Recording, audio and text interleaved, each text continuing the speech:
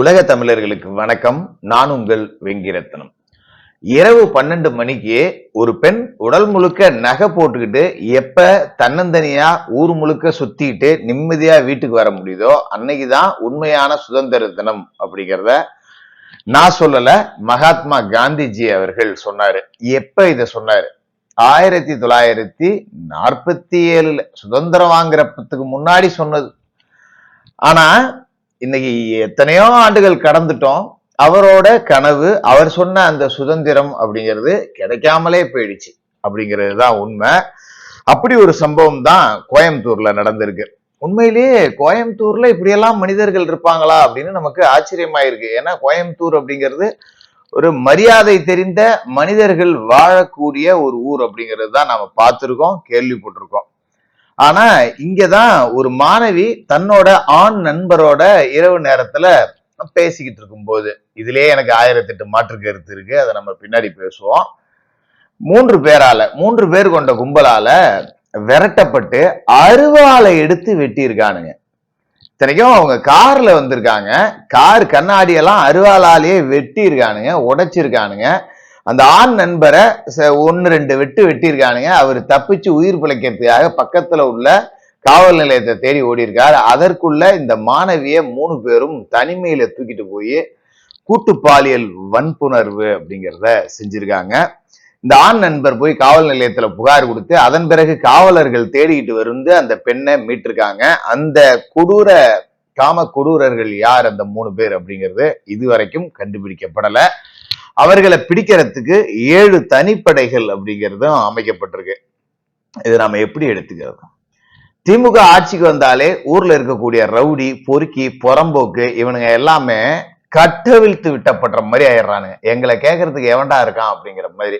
இது இன்னைக்கு நேற்று நடக்கல. என்னன்னா இந்த சம்பவம் எங்க நடந்துச்சு அப்படின்னு பாத்தீங்கன்னா, கோவை ஏர்போர்ட்டுக்கு பின்னாடி, அதாவது நேரா ஏர்போர்ட் கிடையாது, இந்த சைடு இருக்கிற ரன்வேக்கு பின்னாடி அங்க பாத்தீங்கன்னா இந்த கவர்மெண்ட் பாலிடெக்னிக் கூட அங்க இருக்கும். அங்க இருந்து அங்க போற இடத்துல நடுவுல ஒரு பெரிய காலி இடம். பொதுவாகவே நீங்க தமிழகம் முழுக்க பார்க்கலாம், இந்த மாதிரி காலி இடங்கள் பெருசா இருக்கு அப்படின்னா இரவு நேரத்துல அது எதுக்கு பயன்படும் அப்படின்னா, தண்ணி அடிப்பானுங்க உட்காந்து.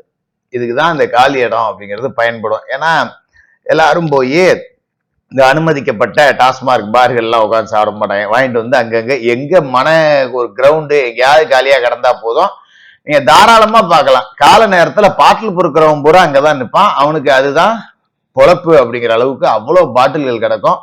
இரவு முழுக்க குடிப்பானுங்க.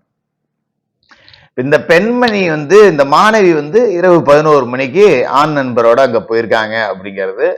போயிருந்தாலும் பாதுகாப்பு கொடுத்துருக்கணும். பட் எல்லாத்துக்குமே நாம அரச குறை அப்படிங்கிறதையும் சொல்லிக்கிட்டு இருக்க கூடாது. அதுவும் கூட தப்பு.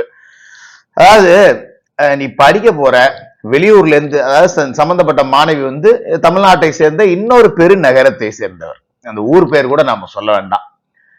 இங்கே இருந்து கோயம்புத்தூருக்கு படிக்க போயினா ராத்திரி 11 மணிக்கு கொஞ்சம் நம்மளோட சுய பாதுகாப்புல நாம கவனம் செலுத்தணும். ஒரு ஆள் அரவமற்ற இடத்துல ஒரு ஆணும் பெண்ணும் சந்திக்கிறார்கள் அப்படின்னா இந்த மாதிரியான சந்தர்ப்பம் எப்ப வரும்னு காத்துக்கிட்டு கிடக்குது ஒரு போதை கும்பல். இது தமிழகம் முழுக்க இருக்கு. வெறுமனே டாஸ்மாக் சரக்கு மட்டும் இல்லாம கண்ட கருமாந்தரத்தையும் இறக்கி விட்டாங்க திமுக ஆட்சியில. கஞ்சா புழங்காத இடமே கிடையாது. ஏகப்பட்ட போதை மருந்து, மாத்திரை, சூடோ எப்படின்னு மயிறு மட்டைன்னு சொல்லிட்டு திமுக காரனே அந்த வேலையெல்லாம் செய்யறான். இந்த ஜாபர் சாதிக்கு மாட்டானே அந்த மாதிரி இருக்கிற போதை வஸ்துக்களை பூரா இவனுங்களே வித்துக்கிட்டு பிளாக்ல சரக்கு ஓட்டுறது பாத்தீங்கன்னா 24 hours ஓடுது. அப்ப இதுக்கு ஒரு எல்லையே இல்லாம போயிட்டு இருக்கு. அப்படிங்கிறப்ப இந்த நிலம் ஒரு போதை நிலமா மாறுது. அப்படிங்கிறப்ப பெண்கள் தங்களோட சுய பாதுகாப்புல ரொம்ப ரொம்ப ரொம்ப ரொம்ப ஜாக்கிரதையா இருக்கணும். அப்படி இல்லைன்னா இந்த அரசு காப்பாத்தும், காவல்துறை இருக்காங்க காப்பாத்துவாங்க அப்படிங்கிற நம்பிக்கையோட வெளியில போனா இந்த மாதிரி சம்பவங்கள் நடக்கும். ஒவ்வொருத்தருக்கும் காவல்துறை வச்சுக்கிட்டு கண்காணிச்சுக்கிட்டு எல்லாம் இருக்க முடியாது. ஆனா இந்த விஷயத்துல செஞ்சிருக்கணும். ஏன் அப்படி சொல்றோம் அப்படின்னா, இது ஒரு சிட்டிக்குள்ளேயே இருக்கிற ஒரு பெரிய காலி இடம். இங்க நிறைய நடமாட்டம் அப்படிங்கிறது இருக்கு. அப்படிங்கிறப்ப இந்த நைட் பீட் எல்லாம் போலீஸார் போவாங்க. இப்ப எங்க மாவட்டத்தெல்லாம் பாத்தீங்கன்னா காவல்துறை அவங்களோட முகநூல் பக்கம், அவங்களோட சமூக வலைதளத்துல இன்னைக்கு நைட்டு ரோந்துக்கு போற ஆட்கள் யார் யார், எந்த காவலர், அவரோட போன் நம்பர் என்ன, இந்த ஏரியாவுக்கு இவரு ரோந்து வராரு, இந்த ஏரியாவுக்கு இவரு ரோந்து வராரு, இந்த ஏரியாவுக்கு இவரு ரோந்து வராரு அப்படின்னு சொல்லிட்டு ஒரு பட்டியலை மாலை நேரத்திலேயே சமூக வலைதளத்துல போட்டுருவாங்க. அதுல பார்த்தாலே தெரியும், ஓ நம்ம ஏரியா இந்த பைபாஸா, இந்த பைபாஸுக்கு யாரு வரா, யாரு சுந்தரபாண்டி அப்படிங்கிற ஒரு காவலர் வராரா, அவரோட போன் நம்பர் இருக்கும். ரைட். அப்ப இரவு நேரத்துல ஒரு பிரச்சனை அப்படின்னா நம்ம யாரையும் தேடி அலைய வேண்டியதில்லை. இந்த சம்பந்தப்பட்ட சுந்தரபாண்டி அப்படிங்கிற காவலரை கூப்பிட்டோம்னா அவர் ஸ்பாட்ல தான் இருப்பாரு, உடையாந்துருவார். இது மாதிரி நைட் பீட் அப்படிங்கிறது அந்த பகுதியில தொடர்ந்து போயிருந்தா இந்த மாதிரியான சமூக விரோத கும்பல் அங்க வர்றதுக்கான வேலையே இல்லை. அதே மாதிரி இந்த மாணவி அப்படிங்கிறவங்க நீங்க சும்மாவே திமுக பொண்ணு மேலதான் பழிய தூக்கி போடுவான். ஏன்னா இந்த அண்ணா யூனிவர்சிட்டி விவகாரத்துல பாத்தீங்கன்னா இந்த ஞானசேகரனை பிடிச்சி உள்ள வச்ச உடனே ஞானசேகரனுக்கும் மா சுப்பிரமணியனுக்கும் சம்பந்தம் இருக்கு, யார் அந்த சார் அப்படின்னு நாம கேள்வி எழுப்பிட்டு இருக்கும்போது திமுக காரனோட புத்தி என்னன்னா ராத்திரியில அந்த மாணவிக்கு அங்க என்ன இருட்டுல வேலை அப்படின்னு தான் கேட்டுக்கிட்டான். இப்ப இதையும் அப்படிதான் கேட்பானுங்க. பட் ஒன்னு சொல்ற நடக்கும் பாருங்க, இந்த 3 பேர் தப்பிச்சுலாம் ஓடிட முடியாது. அவன் வட மாநிலத்தவனா இருக்கட்டும், தமிழ்நாட்டுக்காரனா இருக்கட்டும், தப்பிச்சுலாம் ஓடிட முடியாது. கண்டிப்பா சிக்குவான். ஆனா கண்டிப்பா நாம சிக்குவோம் அப்படின்னு தெரிஞ்சும் இந்த மாதிரியான தொடர் தவறுகள்லாம் ஏன் நடக்குது அப்படின்னா, என்ன பண்ணிட போறாங்க நம்மள, எவனோ ஒருத்தன் நம்மளை காப்பாத்துறது இருக்க மாட்டானா, ஒரு சார் நமக்காக வரமாட்டாரா அப்படிங்கிற ஒரு எண்ணம் புடிச்சு பிதுக்கணும். என்னன்னா இந்த மாதிரியான விவரங்கள்ல கன்விக்ஷன் ரேட் அப்படிங்கிறது காவல்துறையில ரொம்ப குறையுது. இந்த புலனாய்வு அப்படிங்கிறது ஒரு நுணுக்கமா போய் அவர்களுக்கான தண்டனை வாங்கி தருவதாக இருந்தால் இந்த மாதிரியான குற்றங்கள் குறையும். நமக்கு அப்பெல்லாம் கிடையாது. இந்த மாதிரி மக்கள் பொங்கி எழும்போது என்னடா காவல்துறை அப்படி இப்படிங்கும் போது எவனையா ஒருத்தனை பிடிச்சி சுட்டுட்டோன்னு வச்சுக்கோங்க, அடுத்த நாளே நம்மளும் செம்ம என்கவுண்டர், போலீஸ்னா இப்படிதான் இருக்கணும், இவனுங்கெல்லாம் சுட்டு தள்ளணும் அப்படின்னு ஃபயர் விட்டுறோமா, அதோட இது முடிஞ்சிடும். இதனாலதான் எவ்வளவு சென்சிட்டிவான விஷயங்களா இருந்தாலும் சரி என்கவுண்டர் எல்லாம் வரவேற்கவே கூடாது அப்படிங்கிறது.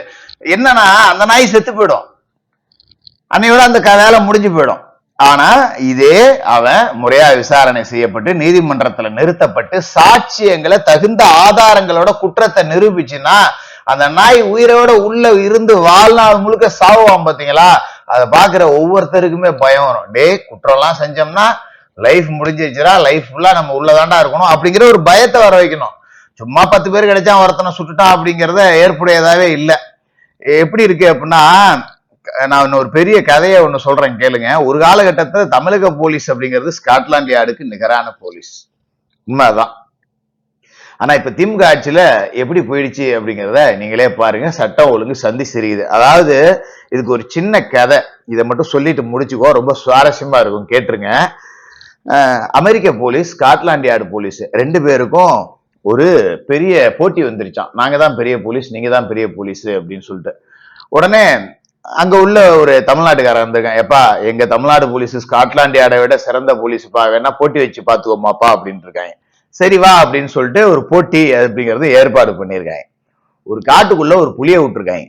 அமெரிக்க போலீஸை விட்டு புலி போய் 1/2 மணி நேரம் ஆச்சு, இப்ப போய் புலியை கண்டுபிடிச்சு கூட்டிட்டு வா அப்படின்னு.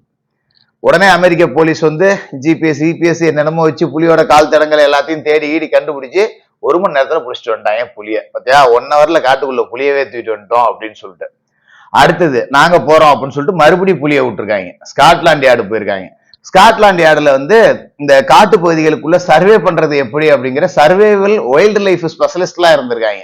அவங்க புலியோட எச்சம், புலியோட அந்த நடமாட்டம், அந்த வாசம், அதை எல்லாத்தையுமே வச்சு 1/2 மணி நேரத்திலேயே புலியை கண்டுபிடிச்சிட்டு வந்துட்டாங்களாம்.